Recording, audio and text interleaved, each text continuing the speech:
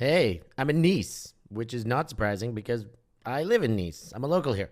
It is surprising because I'm always on the road, but I stayed around for just enough time to chow down at a couple of my favorite places while a good buddy of mine, Beans, was in town. Pissaladiere is good for one bite. And we started off at one of the finest bakeries in town, Bakery Jean-Marc Bordonnat, or as the French would say, Boulangerie Jean-Marc Bordonnat. For that, we're going to get the Pissaladiere, onion, caramelized onion, anchovy, and olive pizza.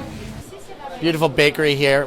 It's slam-packed on a Saturday. So we got our hands on the goods here. We've got 2 Pissaladiere and a sweet. It is made of Swiss chard. So what the fuck's that all about? So Pissaladiere, first taste. This one's rosemary covered. We got anchovies on there. I think it's going to be messy ripping this shit apart. But let's have a look. It's a bit of a mess, but... Let's see. Holy smokes. First impression, not so salty. Very sweet. Caramelized onions cooked to perfection. I mean, there's a moisture about this. The sweetness of the onions has fully soaked into the bread, well sponged in. Mm-hmm. Soft, chewy. The rosemary is the primary, complement here that cuts the onions. Thing is with this as well, as with many of the dishes we're going to have today, they're very unique to Nice. This region, okay, maybe Côte d'Azur, but outside of here, you don't find this stuff on the regular. Maybe a specialty shop here or there. It comes from Nice, but here, this shit's everywhere. Yeah. Every single bakery. You get this. We happen to find the best bakery so that you guys can follow our moves. After we smashed the Pissaladiere, we decided to take a walk to Place Rosetti before we scarfed our Tourte aux Blettes. Jean-Marc Bordonnat. And so this is the tarte aux blettes, cabbage-filled.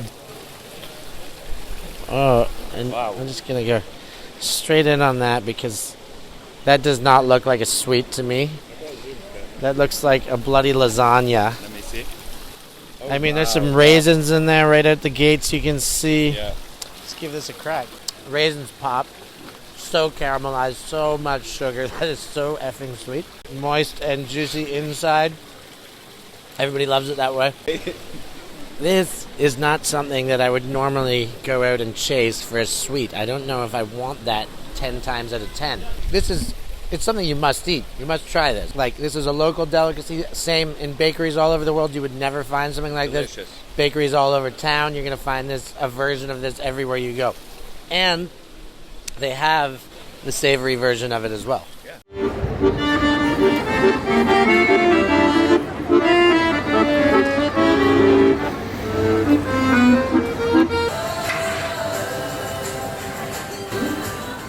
De l'eau, farine de pois chiche et du sel et un peu d'huile d'olive. Water, salt, chickpea flour, and a little bit of olive oil. 15 minutes in there. The first section here, he turns it until it solidifies. Then he's got to scrape at it, grattage, something like that for a little bit, and then he leaves it for the last 10 minutes. Et ça, c'est le meilleur Socca du... Il paraît, hein. Je vais pas dire non. Mais... And of course, he believes this is the best Socca in the land.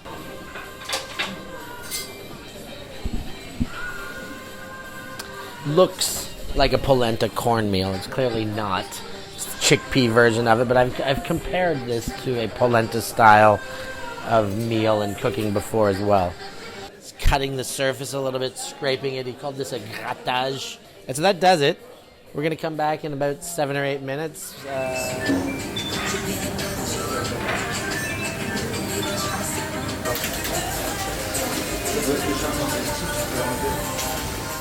This place has a reputation. It's been here since 1933. It is rammed for a reason. You don't come to busy restaurants that serve local food and assume it's a fluke. If it's a place that serves the local stuff and the locals keep coming, something to be said. Et c'est bon. The Socca's ready. We're going to go have a look. Here we have the Socca service. So you see how that's crisped up on the top. Totally solidified. Somewhere in between a crepe and a pancake, I suppose. This guy's going to make, I don't know, you got to imagine 20 services out of a pan like that. Once the cooking's done, that is nice and easy. It's going to stay hot in a cast iron pan. Second one's in the oven before this one's finished. And if it moves quick, you just keep pumping them in.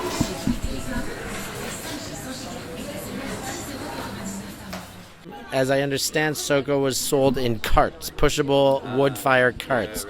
So this is one of the first restaurants. We're obviously very close to the port here right now as we wait. No, but our Socca has arrived. I think the only thing I heard is that you can eat your Socca with a little bit of pepper and that you must eat it hot. And I am going to try with a bit of pepper. It's incredible. You can see it is a little greasy. Mm-hmm. Your fingers pick up a little bit of what you're doing there. Yeah, that makes a difference. That makes it pop. Now I can eat more of this. Hot, artisanally made, specified equipment necessary to make this. And that, for €3.20, €3 bang on. No, $3.50, sorry. It is a banging plate of goodness there. We're going to go into town and get some of our fried stacks at Pilha Leva.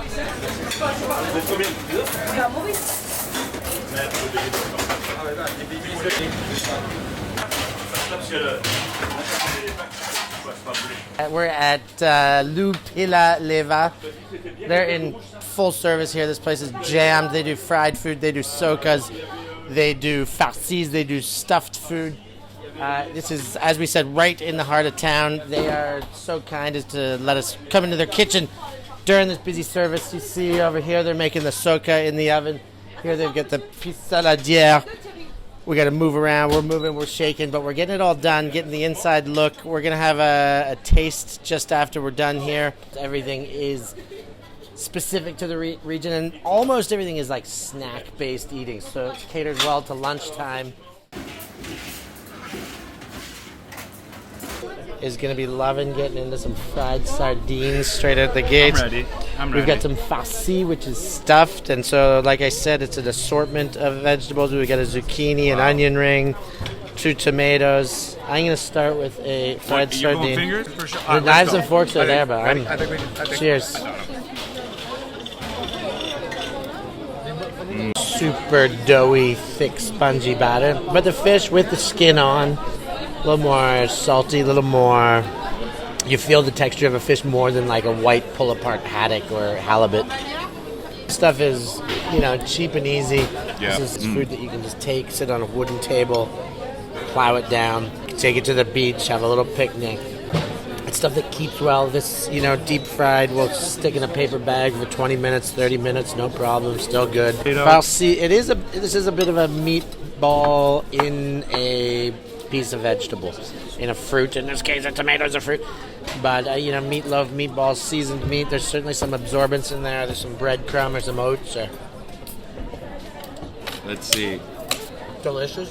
Well seasoned, well cooked. Teamwork makes the dream work. Well, and you know what this goes well with? Beans. Right here, this is the reason for the season. We're just entering spring here. This stuffed food, these deep fried nuggets of goodness are amazing. But they get that much better with just a sip of the old cold beer in ya.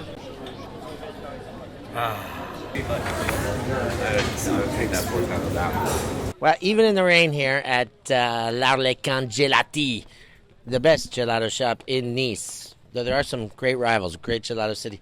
Even in the rain, we found our way out to try this, the best gelato in Nice. Okay, maybe not right here. We're going in. We're going to get a good old tasting. It's got a very different style with his gelato. He uses, best ingredients, no syrups, nothing artificial. But he also does he's got a lot of tricks with his presentation. Dresses them up like cakes, layers of gelato, almost a glassata style. But he does good stuff, so we're in for a treat. Almond, look at that. It's like a cake. 3 distinct lines of flavor.